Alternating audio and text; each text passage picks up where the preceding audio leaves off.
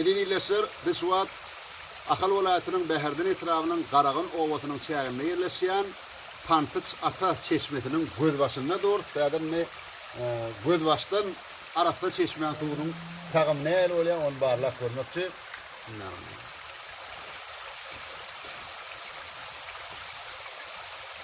Bu TV filtr da dağın başlarının arasından gelip su araştırılıyor.